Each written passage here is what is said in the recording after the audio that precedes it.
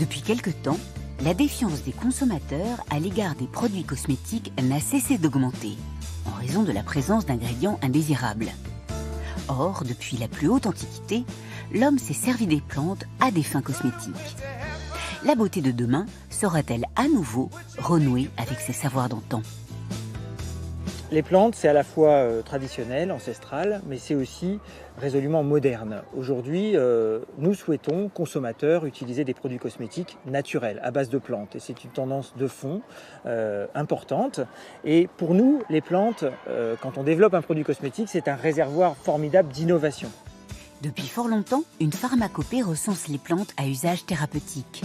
Les savoirs dans le domaine de la cosmétique traditionnelle sont encore peu recensés.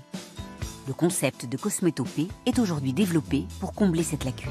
La cosmétopée, c'est un concept qui a été initié, inventé par la Cosmetic Valley, qui est le premier réseau mondial de cosmétiques, pour inciter l'ensemble des pays du monde à travailler sur le sujet des plantes et de la cosmétique.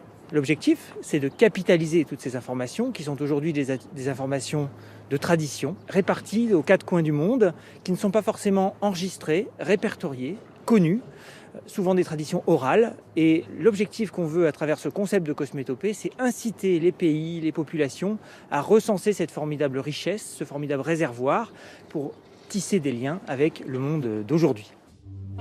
C'est justement en tissant des liens particuliers avec des peuples autochtones du Pérou et d'Amazonie que Daniel Joutard a découvert la magie de certaines plantes.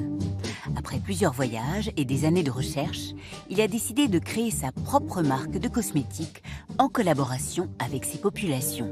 Je suis parti il y a à peu près 20 ans en Équateur, travailler dans des organisations autochtones avec des communautés indiennes. Et en fait, j'ai été frappé de la manière dont les populations indiennes voient le monde. C'est une manière qui est très magique, très enchantée. Donc pour eux, tout a une âme, tout a un esprit. Et à la fois les plantes, bien entendu, mais également les collines, les arbres, les rivières. Et quand on voit le monde de cette manière-là, c'est beaucoup plus poétique. Donc il est beaucoup plus beau et en même temps on le respecte beaucoup plus.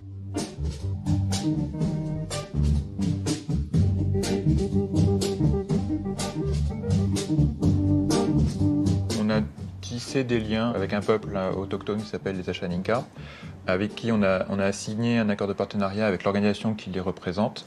Et donc ces accords-là prévoient qu'ils nous autorisent à étudier, à travailler certaines de ces plantes-là.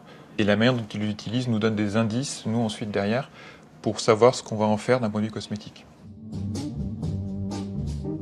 On utilise par exemple une plante qui s'appelle le Sachainchi, qui est une espèce de liane en fait, qui va monter dans les arbres et qui va donner un fruit étoilé qui est très beau.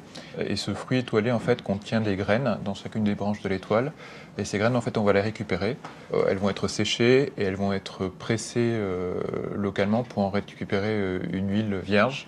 C'est une des huiles les plus concentrées en oméga 3, 6 et 9, qui sont des acides gras essentiels et donc du coup qui ne sont pas non plus synthétisés par l'organisme.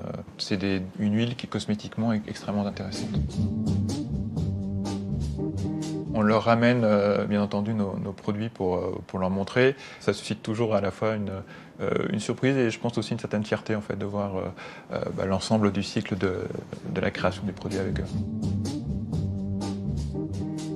On est parfois sur des plantes qui sont à la limite du médicament. Nous, on fait de la cosmétique, donc on ne va pas prendre ces plantes-là, puisqu'un médicament, vous allez avoir un arbitrage entre le bénéfice et les effets secondaires. Nous, on ne va utiliser que des plantes qui n'ont aucun effet secondaire et qui n'ont qu'un bénéfice qui va être cosmétique. Pour le consommateur, ce qui garantit la sécurité, c'est le règlement européen cosmétique, qui est aujourd'hui le règlement le plus exigeant au monde et qui demande à nos entreprises, avant de mettre sur le marché un produit cosmétique, de vérifier tous les critères de sécurité du produit. Et donc c'est tous ces enjeux en fait, qui amènent finalement autour de la plante, de ces traditions, des technologies ultra modernes pour développer des produits cosmétiques de soins à la fois sûrs, à la fois performants et qui soient adaptés à nos peaux. Il existe en France plusieurs laboratoires de recherche en cosmétologie végétale. À Orléans, Cosmétosciences met directement en lien chercheurs et acteurs industriels de la cosmétologie. Les études scientifiques et la recherche scientifique, ça permet dans certains cas d'expliquer finalement ces savoir-faire ancestraux. Et des fois, on arrive à comprendre pourquoi une plante est efficace et puis des fois, on ne comprend pas pourquoi la plante elle est efficace. Il n'en reste pas moins que pour la tradition, elle le reste. Et voilà, donc on essaye d'expliquer au mieux le résultat observé par des générations et des générations de populations.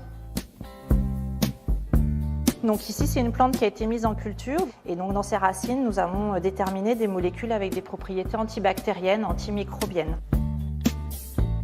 Il y en a qui ont été très étudiées pour beaucoup d'applications, notamment thérapeutiques à la base. À chaque fois qu'on reprend une plante, et notamment les plantes locales qui nous ont toujours entourés, on s'est peu intéressé à ces plantes-là. Et finalement, on découvre toujours de nouvelles choses, on découvre toujours de nouvelles molécules qui permettent vraiment d'améliorer l'efficacité de ces produits cosmétiques.